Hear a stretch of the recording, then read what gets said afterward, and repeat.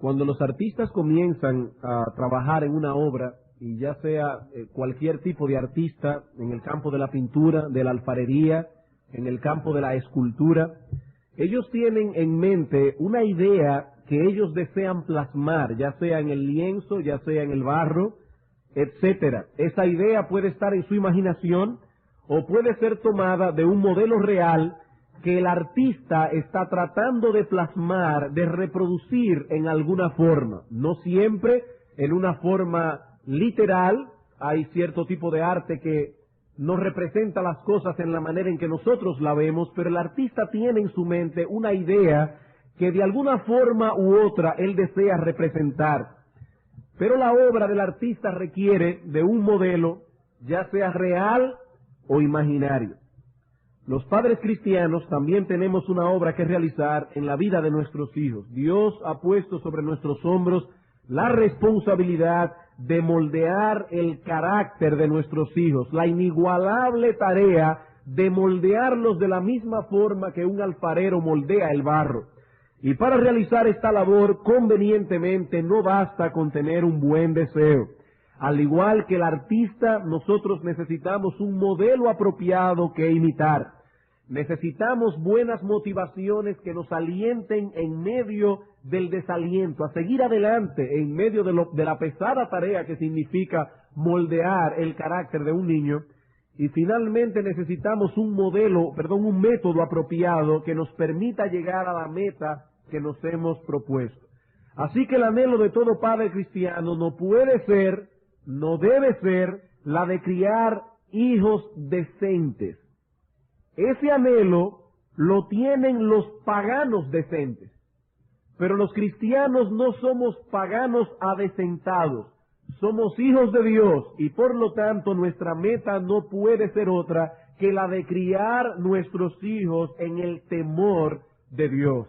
Así que hermanos, no son hijos decentes lo que queremos, son hijos piadosos, y la piedad no es otra cosa que reflejar o el reflejo del carácter santo de Dios. Así que crecer en piedad es crecer en la imitación del carácter de Dios. Él es el modelo que nosotros como artistas debemos modelar en la vida, en el carácter de nuestros hijos.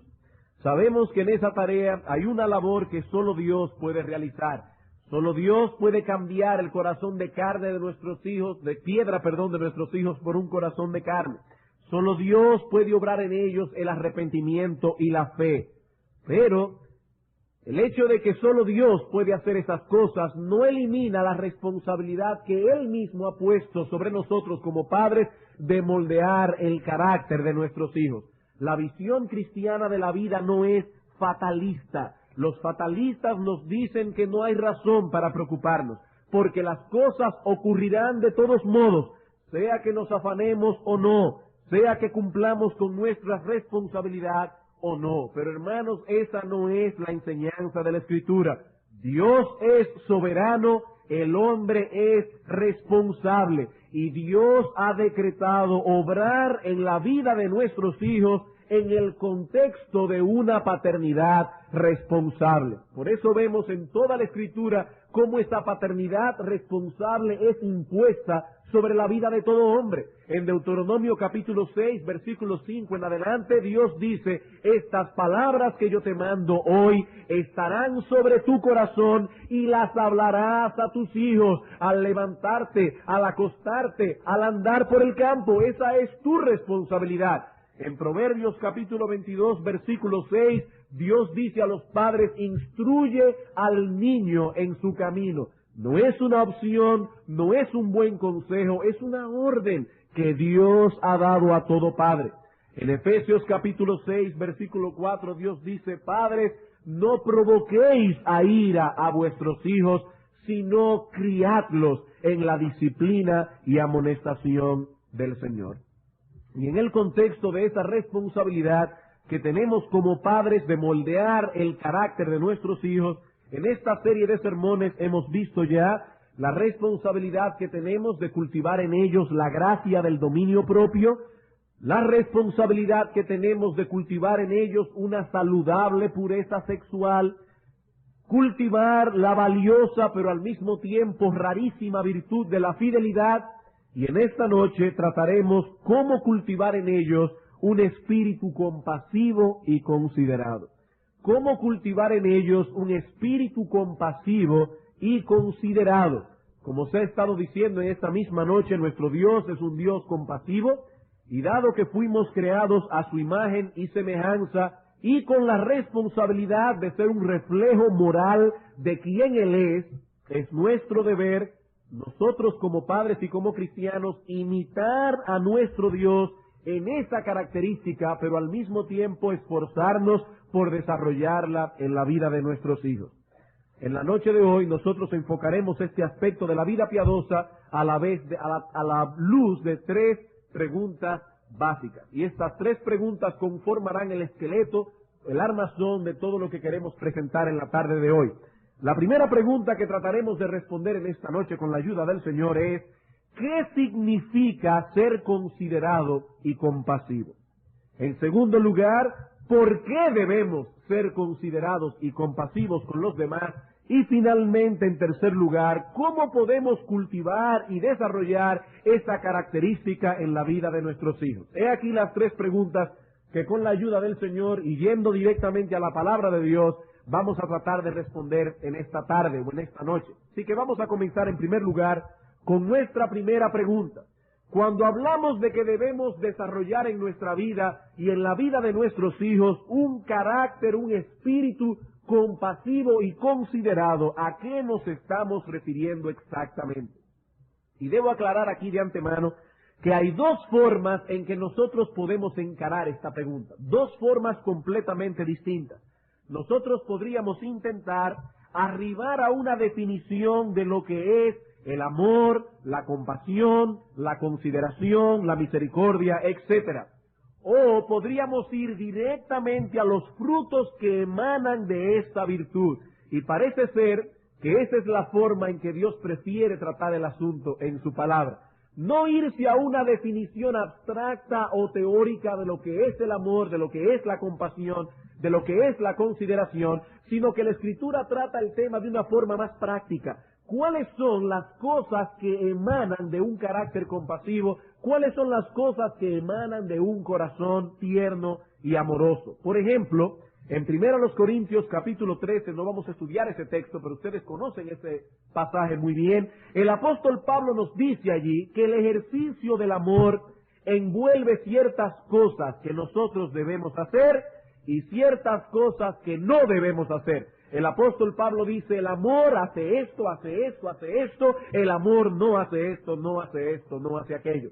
Amar a una persona desde la perspectiva bíblica no es otra cosa que esforzarnos hasta el sacrificio, si es necesario, por hacer con otra persona lo que debemos hacer, mientras nos abstenemos al mismo tiempo de hacer lo que no debemos hacer. Hermanos, eso es el amor. No es algo muy complicado. Es simplemente esforzarnos por hacer con otra persona lo que debemos hacer, mientras nos abstenemos al mismo tiempo de hacer lo que no debemos hacer. Pablo no nos da allí una definición teórica de lo que es el amor. Tampoco enfocó el amor desde un punto de vista emocional o sentimental. Él no nos dice allí: cuando tú amas a una persona, el ritmo de tu corazón se acelera lentamente cuando pasas al lado de ella. Pablo no habla acerca de esas cosas. Él se va al terreno de la práctica, a cosas tangibles, palpables que podemos evaluar. Y nos enseña allí cuáles son aquellas cosas que el verdadero amor lleva a cabo, cuáles son aquellas cosas que el verdadero amor no hace, aún en los momentos que tenemos deseos de hacer. Eso es el amor. Así que para describir lo que es la compasión, lo que es la consideración, los cuales son frutos directos del amor, vamos a tomar el mismo punto de partida del apóstol, enfocando primeramente el aspecto negativo y luego el aspecto positivo. Para comenzar con el aspecto negativo, vamos a Romanos capítulo 13, los versículos 8 al 10. ¿Cuáles son aquellas cosas que el amor nos mueve a abstenernos de ellas? Romanos capítulo 13, versículos 8 al 10. Dice el apóstol Pablo allí: no debáis a nadie nada, sino el amaros unos a otros. El amor es una deuda que todos tenemos los unos con los otros. Es una deuda que todos debemos esforzarnos por pagar, porque el que ama al prójimo ha cumplido la ley, porque no adulterarás, no matarás, no hurtarás, no dirás falso testimonio, no codiciarás, y cualquier otro mandamiento en esta sentencia se resume: amarás a tu prójimo como a ti mismo. El amor no hace mal al prójimo, así que el cumplimiento de la ley es el amor. Como hemos dicho en otras ocasiones, la ley moral es o constituye los ojos del amor, mientras que el amor es el corazón palpitante de la ley. El amor sin la ley es ciego. La ley sin amor es farisaico. El amor sin la ley es antinomianismo. La ley sin el amor es fariseísmo. ¿Y qué nos dice el apóstol Pablo aquí? Que el amor genuino nos frena de hacer conscientemente cualquier acción que sea dañina para nuestro prójimo. Versículo 10, el amor no hace mal al prójimo. El amor no hace mal al prójimo. El que ama a su prójimo, y la palabra prójimo simplemente significa el próximo, el que está próximo a ti, el que ama a su prójimo, respeta la santidad de aquellas cosas que son propiedad de nuestro prójimo, respeta la santidad de su vida, respeta la santidad de su matrimonio, respeta la santidad de sus posesiones, la santidad de su reputación. Por lo tanto, ¿a qué nos lleva el amor? No adulterarás, no matarás, no hurtarás, no dirás falso testimonio, no codiciarás, y al cumplimiento de cualquiera de los otros mandamientos. El amor nos mueve real y efectivamente a cuidar la vida, la reputación y las posesiones del prójimo. Donde no existe ese cuidado, tampoco existe el amor. Es tan sencillo como eso. ¿Qué es el amor? Es esa virtud que nos mueve a no hacer contra nuestro prójimo aquello que no debemos hacer con él. El amor nos mueve real y efectivamente a cuidar la vida, la reputación y las posesiones del prójimo, a la vez que nos mueve a abstenernos de hacer cualquier cosa que atente contra la vida, la reputación y las posesiones del prójimo. Y repito, hermanos, donde no existe ese cuidado, no importa lo que usted piense, no importa lo que usted diga, no importa las palabras hermosas que usted sepa expresar, usted no sabe lo que es el amor. Hermanos, el amor es algo práctico. El amor no es un mero sentimiento. El amor no es algo que nosotros sentimos dentro. El amor es una actitud.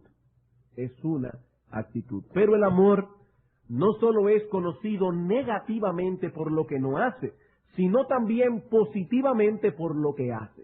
El amor no solamente nos lleva a abstenernos de hacer aquello que no debemos hacer, sino que también nos mueve a hacer lo que debemos hacer.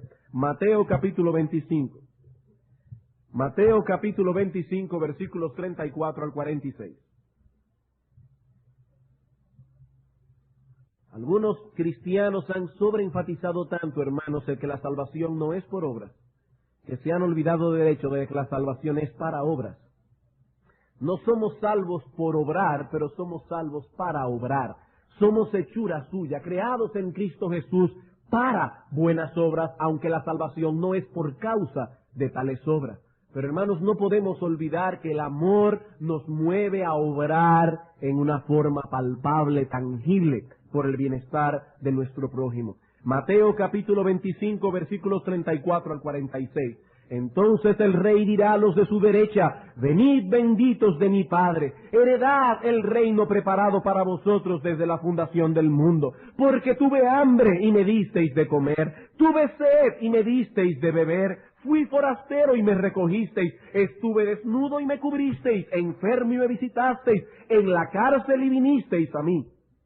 Entonces los justos le responderán diciendo: Señor, ¿y cuándo te vimos hambriento y te sustentamos, o sediento y te dimos de beber? ¿Y cuándo te vimos forastero y te recogimos, o desnudo y te cubrimos, o cuándo te vimos enfermo o en la cárcel y vinimos a ti? Y respondiendo el rey les dirá: de cierto os digo que en cuanto lo hicisteis a uno de estos mis más pequeños, a mí me lo hicisteis.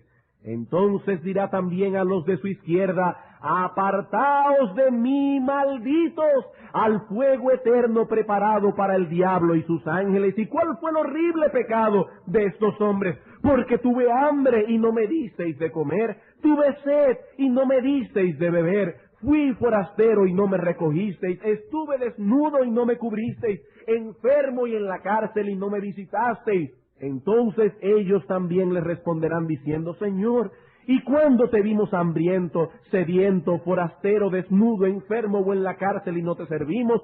Entonces les responderá diciendo: de cierto os digo que cuanto no lo hicisteis a uno de estos más pequeños, tampoco a mí lo hicisteis. E irán estos al castigo eterno y los justos a la vida eterna. Hermanos, si alguno ama su alma, debe tomar en cuenta lo que este texto nos está enseñando. Independientemente de la interpretación escatológica que demos a este pasaje, es indudable que aquí tenemos un retrato muy elocuente de las actitudes que el verdadero amor promueve. La falta de amor, entonces, no solo se manifestará por hacer aquellas cosas que no debemos hacer, sino que esa falta de amor también se manifestará por dejar de hacer lo que sí debemos hacer. El amor no es una experiencia mística o meramente emocional. No es así como debemos entender el amor a Dios, no es así como debemos entender el amor al prójimo. Dios nos ha dado un instrumento para medir el amor. Si usted quiere ponerlo de otro modo, la ley moral es un amorómetro. Con la primera tabla de la ley, nosotros podemos medir nuestro amor a Dios. Con la segunda tabla de la ley, nosotros podemos medir nuestro amor al prójimo. Esa ley moral se resume en 2 mandamientos. La primera tabla: amarás al Señor tu Dios con todo tu corazón, con toda tu alma, con toda tu mente, con todas tus fuerzas. La segunda tabla de la ley: amarás a tu prójimo como a ti mismo. Y ese amor al prójimo te moverá real y efectivamente a darle de comer cuando tenga hambre, a darle de beber cuando tenga sed, a darle albergue y abrigo en tiempos de necesidad, a darle consolación en tiempo de angustia y de necesidad. Es a eso que se refiere el apóstol Juan en su primera carta cuando habla del amor. En primera de Juan, capítulo 3, versículo 16 al 18. En esto hemos conocido el amor, en que Él nos dijo desde el cielo: oh criaturas, cuánto yo los amo. Hermanos, ¿es así que nosotros conocemos el amor de Dios? No, no, no. En esto hemos conocido el amor, en que Él puso su vida por nosotros. También nosotros debemos poner nuestras vidas por los hermanos. Pero el que tiene bienes de este mundo y ve a su hermano tener necesidad y cierra contra él su corazón, ¿cómo mora el amor de Dios en él? Hijitos míos, no amemos de palabra ni de lengua, sino de hecho y en verdad. Hermanos, tal vez no se nos presente nunca la oportunidad de dar nuestra vida por un hermano, pero frecuentemente tendremos la oportunidad de manifestar el amor en una forma práctica y tangible con hechos más cotidianos, como los que leemos en Mateo capítulo 25. Pero hay algo más trascendental. Si miramos más de cerca el pasaje de Mateo capítulo 25, veremos que de acuerdo a ese texto, a la enseñanza del Señor, el infierno será poblado no únicamente por personas que roban, matan o adulteran. Ninguno de esos pecados es mencionado allí. El infierno también tendrá como ciudadanos eternos a muchas personas decentes, que nunca mataron, que nunca robaron, que nunca cometieron adulterio, pero se pasaron toda la vida cometiendo groseros pecados de omisión. Groseros pecados de omisión. Personas decentes que se olvidaron del amor. Personas decentes que se olvidaron de tener compasión por los enfermos, compasión por los hambrientos, por los angustiados, por los desechados. Y yo sé que algunos ya deben estar pensando, pero yo creía que la salvación era por fe y no por obra, y creías bien, porque esa es la enseñanza de la Escritura. No hay ninguna obra que pueda borrar nuestros pecados. El ser humano no es salvo por obras, sino solamente por la gracia de Dios, la cual obtiene por medio de la fe. Pero la Escritura enseña algo más. Somos salvos por la fe sola, pero la fe que salva nunca viene sola. Eso es lo que dice Santiago. ¿Crees tú que la fe muerta podrá proveerte vida? No, de ninguna manera. La fe verdadera produce frutos. O para usar el lenguaje del apóstol Pablo en Gálatas capítulo 5 versículo 6, la fe verdadera obra por el amor. Donde no hay tal amor, amigos que están aquí, no se engañen a vosotros mismos, tampoco hay fe. Y lo digo esto de verdad con un corazón pastoral, por amor a vosotros que están aquí, porque lo que más nos dolería sería llegar al cielo y encontrar que algunas personas se fueron al infierno directamente desde la silla de esta iglesia. Debemos evaluar nuestra fe por hechos tangibles. Donde no hay tales actos de amor, no hay fe, porque la fe verdadera obra por el amor. Así que al hablar de la compasión y del amor, estamos tocando un aspecto muy sensible de la vida cristiana. En Mateo capítulo 25 no se nos dice que los hombres se salvarán haciendo estas cosas.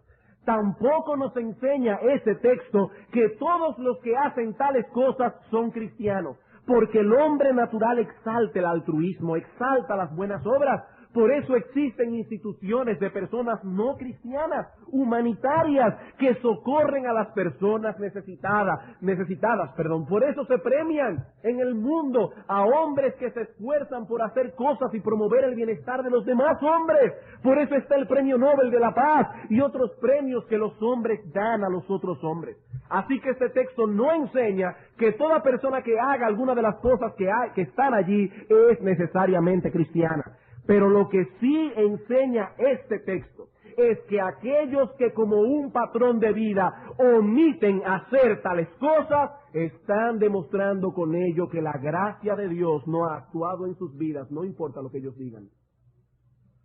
Lo que sí enseña el texto es que una persona que como patrón de vida omite esas responsabilidades que están allí, esa omisión está declarando que tal persona no conoce la gracia de Dios. En Primera de Pedro capítulo 1 versículo 22 se nos dice que un corazón amoroso y compasivo es un fruto directo de la obra regeneradora del Espíritu.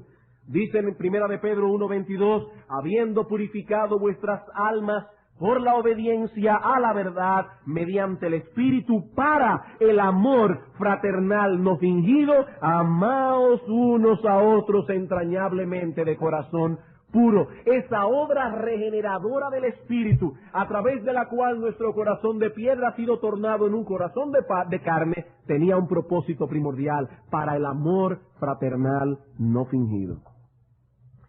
El manifestar despreocupación y apatía por las personas necesitadas es un síntoma peligroso de que se está caminando por el camino que lleva finalmente a la destrucción y a la condenación eterna.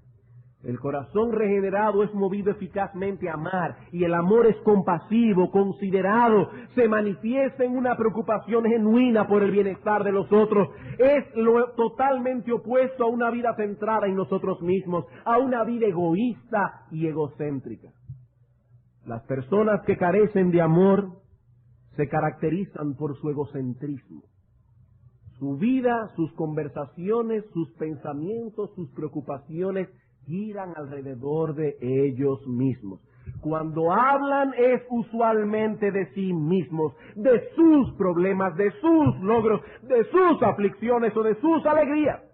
El asunto es que de un modo u otro ellos terminan siendo siempre, invariablemente, los protagonistas de sus conversaciones. Difícilmente se preocupan por escuchar a los demás, difícilmente se involucran en los problemas de los demás, en proveer una palabra de alivio o alguna dirección espiritual que arroje luz para la solución del conflicto de otro. Sus cosas son tan importantes a sus ojos que no tienen tiempo para visitar al enfermo o para orar por ellos en su aflicción. Y si lo hacen, si oran por ellos, es con una intercesión fría, ritualista, desprovista de compasión y de interés real. Hermanos, el Señor nos dice que esta es una característica típica de aquellos que van transitando por el camino que lleva al infierno. ¿Y saben qué es lo más peligroso de esto? Que se puede transitar por ese camino sin estar envueltos en pecados escandalosos.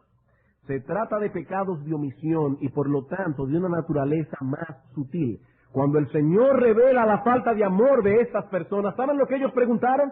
Señor, ¿y cuándo ocurrieron esas cosas?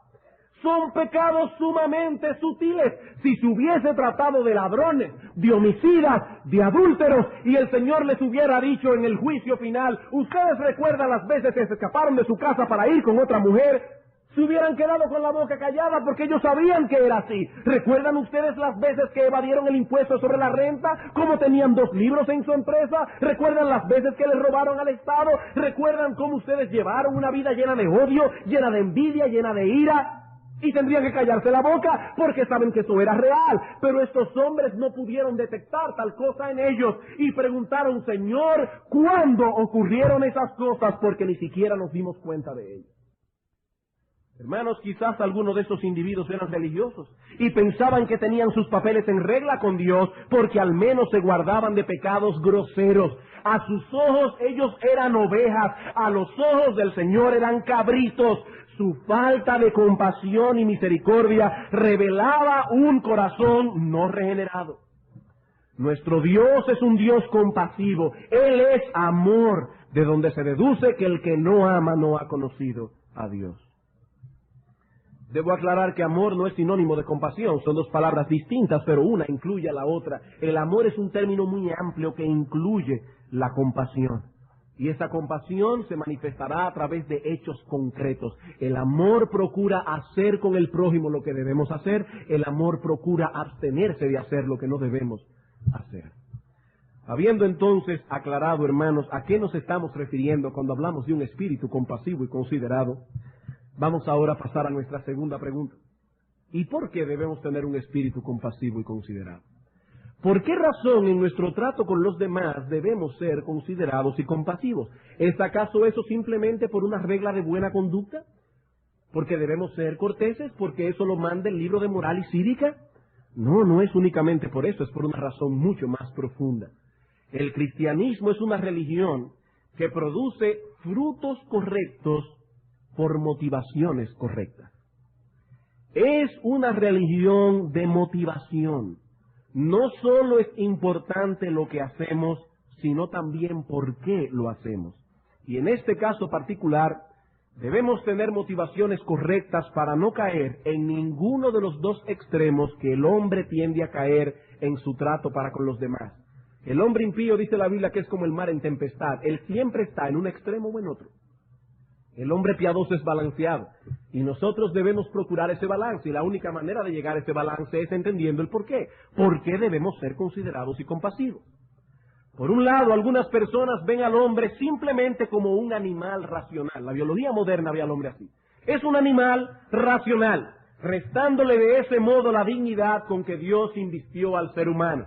Por ejemplo, en Mateo capítulo 10, versículo 31, el Señor dice, no os preocupéis, vosotros valéis más que muchos pajarillos. No es lo mismo un gorrión que un hombre. Y en Mateo 12:12, el texto que leímos esta mañana, el Señor dice a los judíos, ¿cuánto más vale un hombre que una oveja? Y aunque la sociedad protectora de animales nos quiera decir que somos iguales, no somos iguales. No es lo mismo pegarle un balazo a un gorrión que pegarle un balazo a un hombre. No es lo mismo matar a un mime que matar a un hombre. No es lo mismo. Dios dice en su palabra que el hombre posee una dignidad especial. No somos animales racionales. No. Nosotros somos otra cosa. Pero por el otro lado tenemos a aquellos, entre los cuales penosamente algunos cristianos, que han sobreenfatizado la dignidad del ser humano perdiendo de vista que somos miembros de una raza caída. Y estas personas se ponen roncos en sus gargantas proclamando que debemos aumentar y acrecentar la autoestima del hombre. Hermanos, eso no lo enseña la palabra de Dios. La palabra de Dios se encuentra exactamente en el punto medio de ambos extremos.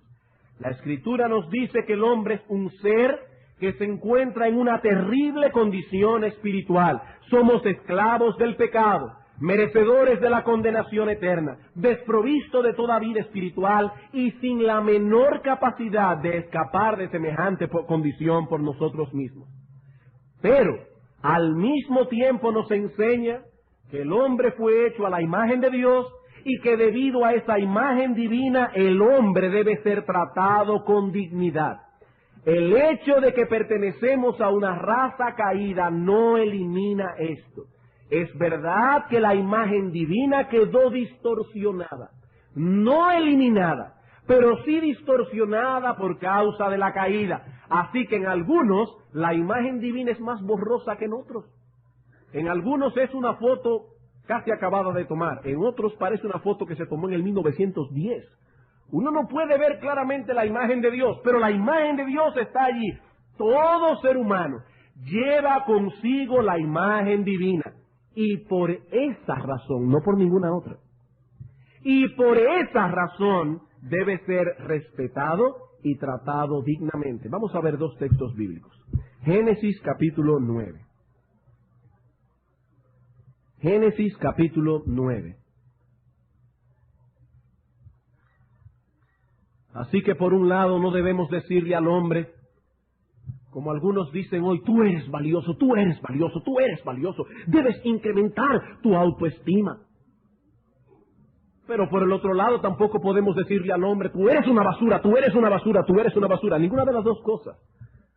La Biblia no se va a ninguno de los dos extremos. En Génesis capítulo 9, versículo 6, Dios dice, el que derramare sangre de hombre, es decir, el que intencionalmente le quitare la vida a otro hombre, por el hombre su sangre será derramada, porque a imagen de Dios es hecho el hombre. En este texto el Señor implementa la pena capital. Y hermanos, la verdad que es una pena capital, que la pena capital no se esté ejecutando hoy día, porque algunas personas realmente merecen que la fusilen. Y eso no es crueldad, eso es bíblico. Dios dice, el hombre que intencionalmente derramare la sangre de otro hombre, por el mismo hombre, por aquellos a quienes Dios les ha conferido la autoridad de hacer juicio, no yo directamente como ciudadano, sino el Estado, los jueces deben aplicar la pena capital en algunos casos. Y pienso que si se aplicara la pena capital, hermanos, muchas sinvergüencerías se dejarían de ver. Dios dice en su palabra, el que derramare sangre de hombre, por el hombre su sangre será derramada. ¿Por qué? Porque a imagen de Dios es hecho el hombre. Eso es una ofensa horrible, quitarle la vida intencionalmente a otro hombre, porque ese hombre conlleva, a pesar de que viene de una raza caída, la imagen divina plasmada en él. Santiago capítulo 3. Santiago capítulo 3. Hermanos, no podemos pretender ser más buenos que Dios. Dios es infinitamente justo y Dios ha dicho que es justo quitarle la vida a los homicidas. Dios ha dicho que es justo y es justo. Ahora la sociedad dice, no, tú sabes que cuando él estaba chiquito. No. Es que el que le quita la vida a otro hombre debe ser muerto. No por los ciudadanos, sino por el Estado. Aquí no estamos hablando de venganza personal. Dios prohíbe la venganza personal. En Santiago capítulo 3, versículo 7 dice, porque toda naturaleza de bestia y de aves y de serpientes y de seres del mar se doma y ha sido domada por la naturaleza humana. Pero ningún hombre puede domar la lengua, que es un mal que no puede ser refrenada, llena de veneno mortal. Con ella bendecimos al Dios y Padre, y con ellas maldecimos a los hombres que están hechos a la semejanza de Dios. De una misma boca proceden bendición y maldición. Hermanos míos, esto no debe ser así. Hermanos, ¿por qué debemos cuidar la reputación de otro? Por la imagen de Dios que ha sido plasmada en él. Por eso es que es un pecado grave, por la imagen de Dios. Vamos a suponer por un momento que usted tiene en su escritorio una fotografía familiar en la que aparecen su esposa y sus hijos. ¿Cómo se sentiría usted si al llegar mañana al trabajo encuentra que un gracioso tomó una pluma y se puso a hacerle garabatos a la foto y a ridiculizarla? Le puso cachitos a su esposa, bigotes, se estaba riendo, lo pintó aquí para que se viera con un diente menos. ¿Cómo usted se sentiría cuando llegue y se encuentre que un gracioso hizo eso con la foto? Bueno, seguramente se sentirá muy mal, se sentirá ofendido, no porque el papel en que está plasmada la foto sea muy caro, sino por las imágenes que estaban plasmadas en el papel. El papel tal vez cuesta menos de 5 pesos, pero las imágenes que aparecen allí son valiosas, y cuando son maltratadas y ridiculizadas, hay motivos suficientes para sentirse ofendido. ¿Qué nos dice la Escritura? El hombre fue hecho a la imagen de Dios, y cuando ese hombre es maltratado, ofendido, ridiculizado, Dios es ofendido con esa acción. Hermanos, allí es que está la gravedad de un espíritu que no es compasivo, de un espíritu desconsiderado. La imagen de Dios ha sido plasmada en el hombre. Espiritualmente hablando, no valemos ni una mota, pero hablando en cuanto a la creación divina, nosotros llevamos en nosotros mismos la imagen de Dios y debemos ser tratados con dignidad. Hace muchos años leí una historia que puede ilustrar esto perfectamente. Dicho relato refiere que a principios del presente siglo, un embajador en París, un embajador español, perdió una moneda de 10 céntimos. Ustedes saben lo que vale una peseta española. No vale mucho. Y esto eran 10 céntimos en un oscuro pasillo de Versalles. ¿Saben lo que hizo ese embajador para encontrar esa moneda de 10 céntimos? Encendió un billete de 1000 pesetas para ver con más claridad. Cuando las demás personas que estaban allí se rieron ante la extraña reacción del embajador, ¿saben cuál fue su respuesta? Muy sencilla. Esa moneda de 10 céntimos lleva la imagen de mi rey y no consiento que nadie la pise. Es 10 céntimos, vale menos económicamente hablando que un billete de 10,000 pesetas, pero esa moneda lleva la imagen de mi rey y yo no consiento que nadie la pise. Y hermanos, eso es lo que enseña la palabra de Dios. Llevamos la imagen del Rey de Reyes, del Señor de Señores, del Soberano del Universo, y nadie nos puede pisar por esa razón. O como alguien ha dicho, que al hombre no se le debe tratar como si fuese un par de botas, ni siquiera para sacarle brillo. Ni siquiera para sacarle brillo, porque no somos un par de botas. Somos seres creados a la imagen de Dios. Cuando usted mata un mosquito en la noche no pasa nada, porque ese mosquito usted lo puede matar cuantas veces quiera, pero usted no puede tratar a un hombre de esa manera. No tiene derecho a hacerlo.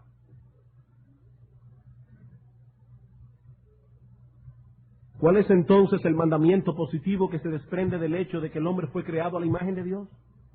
El mandamiento positivo es que todo hombre debe ser tratado honrosamente, con dignidad. Primera de Pedro capítulo 2, versículo 17. Hay un texto allí que hasta sus niños más pequeños pueden memorizar. Honrad a todos, amad a los hermanos, temed a Dios y honrad al Rey. ¿Pero qué dice el texto? Honrad a todos, a todos. Y darle honra a una persona no es otra cosa que tratarla como alguien importante. Darle honra a una persona es tratarla como si fuera alguien importante.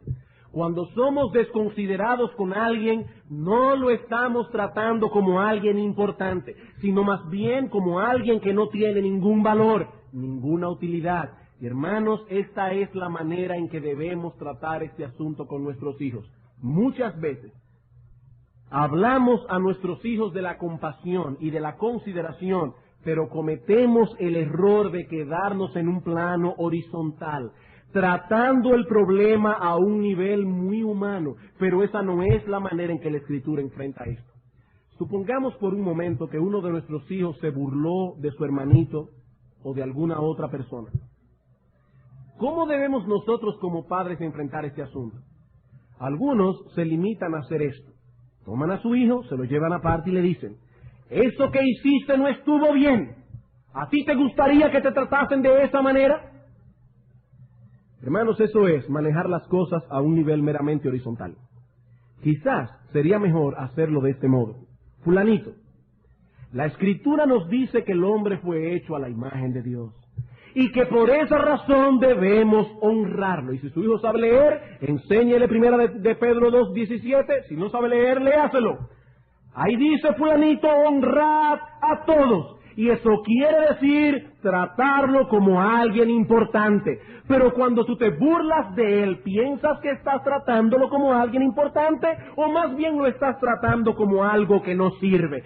¿Cómo te sentirías, fulanito, si alguien se burlara de un retrato de papi o de mami? Así también es desagradable delante de Dios que te burles de alguien que fue hecho a su imagen. Ese es el asunto. Eso es tratar las cosas verticalmente. Estamos enfrentando al niño con Dios y su palabra, llevándolo a analizar las cosas desde el punto de vista de Dios, no desde el punto de vista nuestro. Yo recuerdo que oí algo que me llamó muchísimo la atención, un caso así: un niño había hablado mal de otro niño, se había burlado de él. ¿Saben lo que hizo la madre? Lo llamó y le dijo: fulanito, ven acá. Yo quiero que tú saques todo el aire que hay dentro de ti. Respira y saca todo el aire que hay dentro de ti. El niño vació los pulmones hasta donde pudo y le dijo: ahora yo quiero que tú hables. Por supuesto, el niño no pudo hablar, porque para hablar se necesita el aire. Eso es obvio, es lógico. Entonces esa madre le dijo: fíjate, fulanito, la Biblia dice que debemos honrar a todos. La Biblia dice que debemos tratar a las personas como personas importantes. Dios hizo el aire para que nosotros usemos ese aire para su gloria. ¿Sabes lo que tú has hecho? Tú has usado el aire de Dios para hablarle mal a una persona que ha sido hecha a la imagen de Dios. Has cometido un grave pecado. Dios no ha hecho ese aire para que tú lo utilices de esa manera. Dios ha hecho ese aire para su gloria. Tú no tienes derecho a usar el aire de Dios para hablar en contra de personas que han sido hechas a la imagen de Dios. ¿Saben lo que es eso? Atrapar la conciencia del niño y llevarlo al trono de Dios. Eso es amarrar la conciencia de un niño. Hermanos, no queremos hijos decentes, queremos hijos temerosos de Dios. Y la única manera de criar hijos temerosos de Dios es llevarlos y enfrentarlos con Él y su palabra. No estamos tratando aquí un asunto meramente humano. Es algo mucho más profundo. Es el honor de Dios que está en juego, y es el honor de Dios el que nos debe mover a tratar ese problema con nuestros hijos. Ellos deben saber que la razón primordial por la que deben ser considerados con los demás no es simplemente porque a ellos no les gustaría que lo tratasen de esa forma. Eso es muy humano. Radica en un hecho más trascendental. El hombre fue creado a la imagen de Dios, y por lo tanto debe ser tratado con respeto, con dignidad, con honra. Bien, voy a tratar de hacer este último punto bien brevemente. ¿Cómo podemos desarrollar esta característica en la vida de nuestros hijos? Ya hemos visto a qué nos referimos, ya hemos visto por qué. Ahora vamos a ver el cómo. ¿Cómo podemos desarrollar esta característica en la vida de nuestros hijos? Voy a dar 3 directrices negativas y una sola positiva.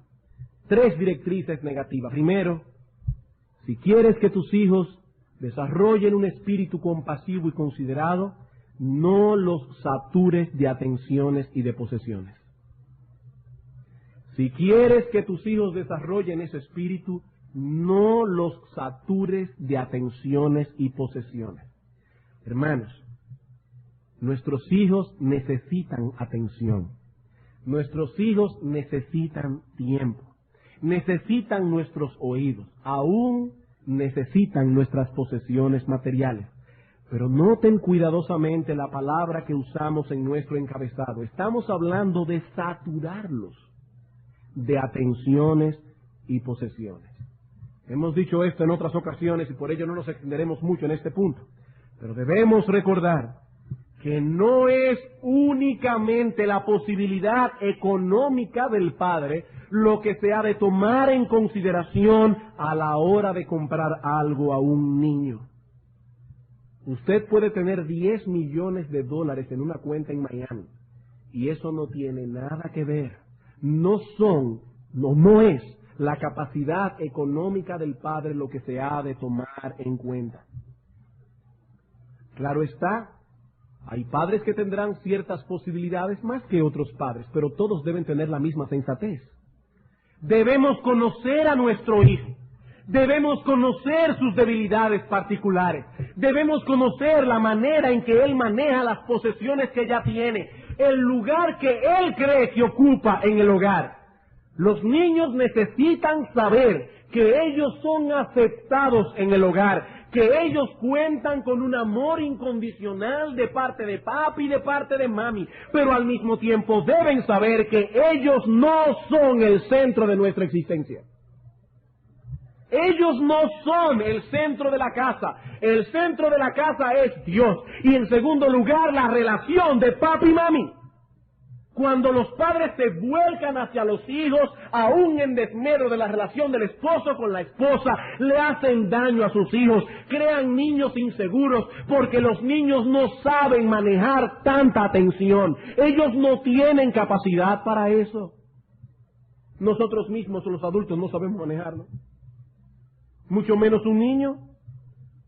Cuando los padres no toman esto en cuenta, pueden sin desearlo, porque ningún padre quiere esto, pero pueden en su ignorancia alimentar la codicia y el orgullo de sus hijos, porque lo están saturando de atenciones y posesiones.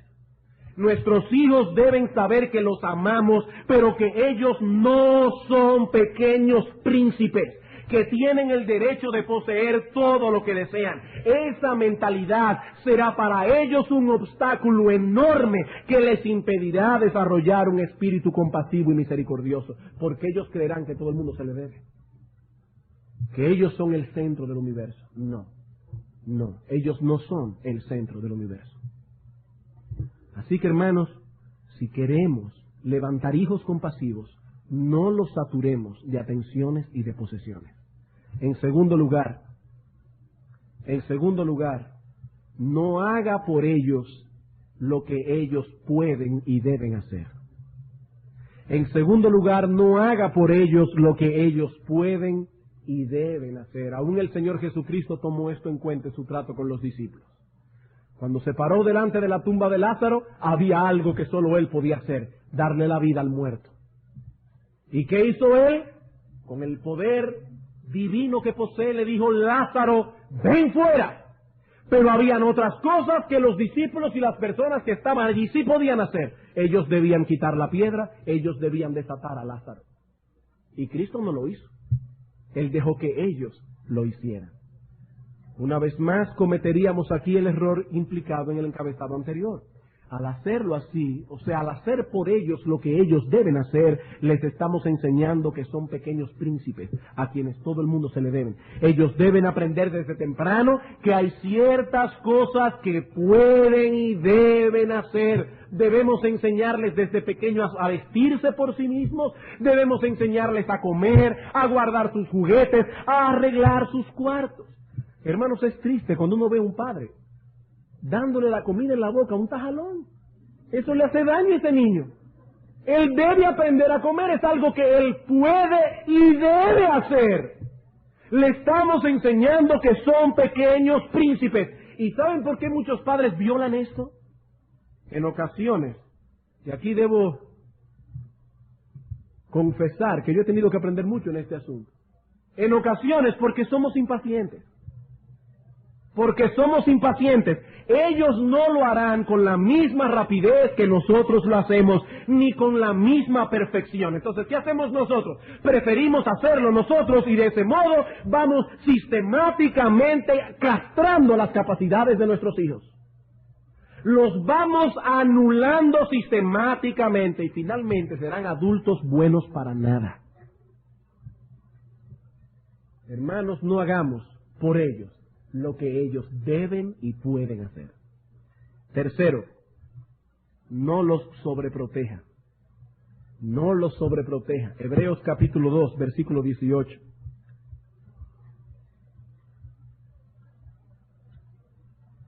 Hebreos capítulo 2, versículo 18. Nuestro Señor Jesucristo es un sumo sacerdote compasivo, lleno de misericordia. Pero ¿saben por qué?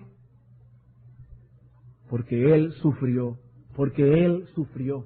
Dice en Hebreos 2, 18, pues en cuanto Él mismo padeció, siendo tentado, es poderoso para socorrer a los que son tentados. Hay una íntima conexión entre ser compasivo y el padecer sufrimientos. Busque a una persona que tenga una gran capacidad de compasión y usted encontrará una persona que ha sufrido mucho en su vida. Porque hay una íntima conexión entre ser compasivo y el padecer sufrimientos. No estamos diciendo que no protejamos a nuestros hijos, no. Lo que estamos advirtiendo aquí es contra la sobreprotección. Por ejemplo, cuando oramos en casa por alguien que está enfermo, aun sea un familiar cercano, querido por nuestros hijos, estamos enseñándoles indirectamente algo del dolor que acompaña la vida del hombre sobre la tierra. Habrá momentos en que se obviarán ciertos detalles del problema por razones de prudencia. Pero no podemos llegar al extremo de envolver a nuestros hijos en una cúpula de cristal, haciéndole creer que vivimos en un paraíso, porque eso no es así. La vida humana está sujeta al dolor, a la enfermedad, a la tristeza, a la muerte, y nuestros hijos le hace bien ir de vez en cuando al cementerio. Eso es la vida humana. Nuestros hijos deben ser expuestos a esa realidad, aunque la prudencia nos dirá cuándo estarán preparados para cada cosa. No nos vamos a ir a un extremo, pero tampoco nos vamos a ir al otro extremo. Yo no voy a llevar a un niño de 3 años a una persona que acaba de ser desfigurada por un accidente de tránsito. La madurez de nuestros hijos nos irá indicando qué cosas ellos pueden o no deben saber, qué cosas ellos pueden o no pueden ver, a qué cosas ellos pueden o no pueden exponerse. Necesitamos prudencia, pero hermanos, no metamos a nuestros hijos en una cúpula de cristal. Y por último, el consejo positivo. Si queremos criar hijos compasivos, ellos necesitan un ejemplo a copiar. Ellos necesitan un ejemplo a copiar. Necesitamos modelos de compasión para llegar a ser compasivos. Filipenses capítulo 2. Filipenses capítulo 2, versículos 1 al 8. Dice el apóstol Pablo: por tanto, si hay alguna consolación en Cristo, si algún consuelo de amor, si alguna comunión del Espíritu, si algún afecto entrañable, si alguna misericordia, completad mi gozo, sintiendo lo mismo, teniendo el mismo amor, unánimes, sintiendo una misma cosa. Nada hagáis por contienda o por vanagloria, antes bien con humildad, estimando cada uno a los demás como superiores a él mismo, no mirando cada uno por lo suyo propio, porque eso es egocentrismo, sino cada cual también por lo de los otros. Pero inmediatamente Pablo pone el ejemplo. Haya pues en vosotros este sentir que hubo también en Cristo Jesús, el cual, siendo en forma de Dios, no estimó el ser igual a Dios como cosa que aferrarse, sino que se despojó a sí mismo, tomando forma de siervo, hecho semejante a los hombres, y estando en la condición de hombre, se humilló a sí mismo, haciéndose obediente hasta la muerte, y muerte de cruz. Cristo estuvo dispuesto a humillarse, Cristo estuvo dispuesto a servir, Cristo estuvo dispuesto a sufrir. Y Él es nuestro máximo ejemplo de compasión. Necesitamos nosotros como padres un modelo a copiar, pero ¿saben algo? Nuestros hijos también necesitan un modelo a copiar. Padres, es nuestra responsabilidad modelar delante de ellos esa compasión y esa consideración. Ellos ven la manera en que nos comportamos en casa, en nuestro trato con la esposa, en nuestro trato con ellos mismos, en nuestro trato con las personas que sirven en nuestra casa. No piense que ellos no están captando las cosas que suceden a su alrededor. Esas cosas están moldeando su carácter, para bien o para mal. Y hermano, yo te pregunto, ¿cuál es tu participación activa en el sufrimiento y las inquietudes de tu esposa? porque son esas cosas las que están moldeando el carácter de tus hijos. ¿O cuál es tu involucración en el sufrimiento, la tristeza, el dolor, la ansiedad, los temores, las inquietudes de tus hijos? ¿Cuál es tu involucración? No, en eso he sido un modelo, porque mis hijos ven cómo salimos a visitar a los hermanos de la iglesia que están enfermos, vamos a las clínicas, lloramos por ellos en el devocional familiar.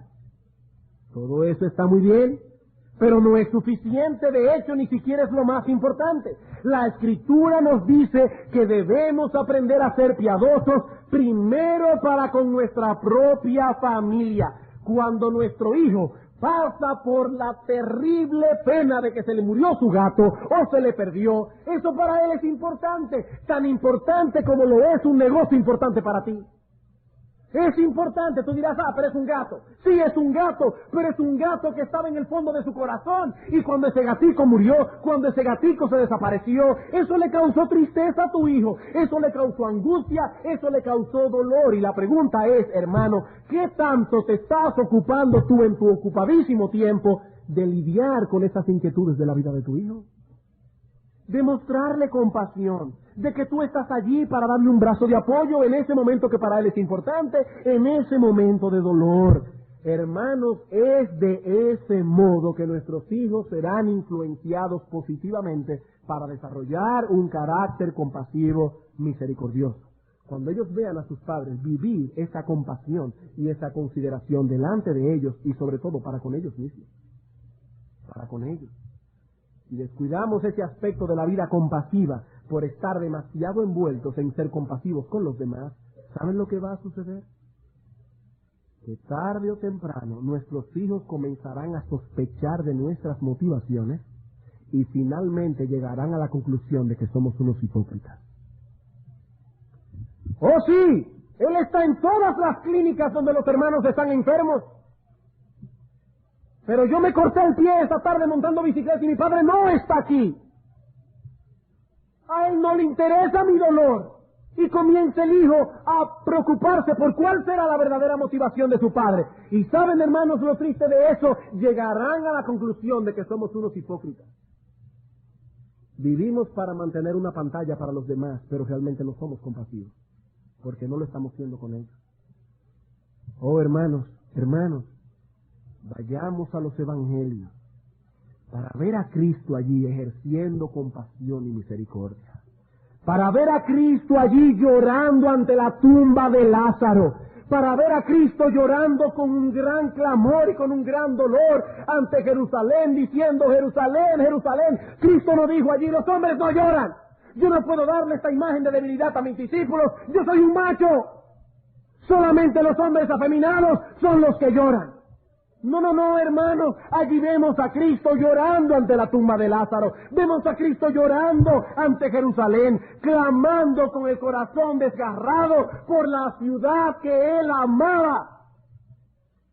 Hermanos, vayamos a los evangelios de rodillas delante de Dios y pidámosle al Señor que en oración que modele en nosotros esa misma compasión, porque Cristo es compasivo. Vamos a ver a Cristo en los evangelios y veremos allí lo que es un corazón que late con el dolor de otra persona. Y más aún, hermanos, pidámosle a Dios que nos conceda la gracia de poder modelar esa virtud en la vida de nuestros hijos. Hermanos, si esto es importante para la crianza de nuestros hijos, también es importante para la vida de nuestra iglesia.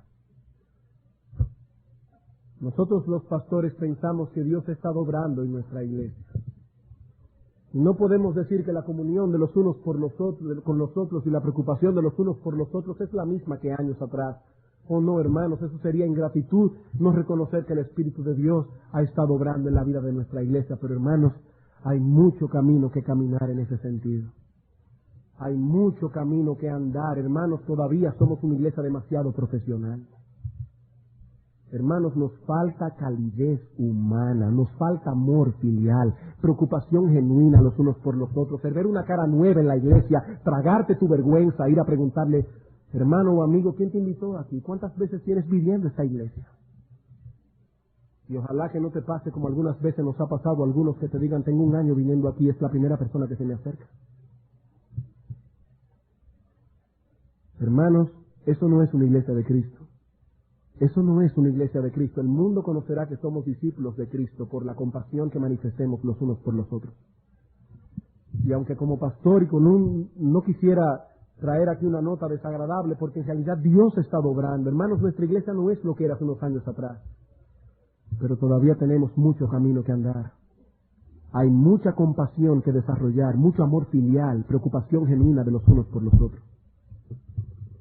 Así que esto no solamente es pertinente para nosotros como padres, es pertinente para todos y cada uno de los miembros de Iglesia Bíblica del Señor Jesucristo. Porque si queremos mostrar una imagen genuina y fidedigna de lo que Cristo es, no lo haremos con una iglesia profesional, porque Cristo no era un profesional. Él era un hombre con corazón de siervo. Que Dios nos ayude, hermanos, a poder generar ese espíritu compasivo. Vamos a orar.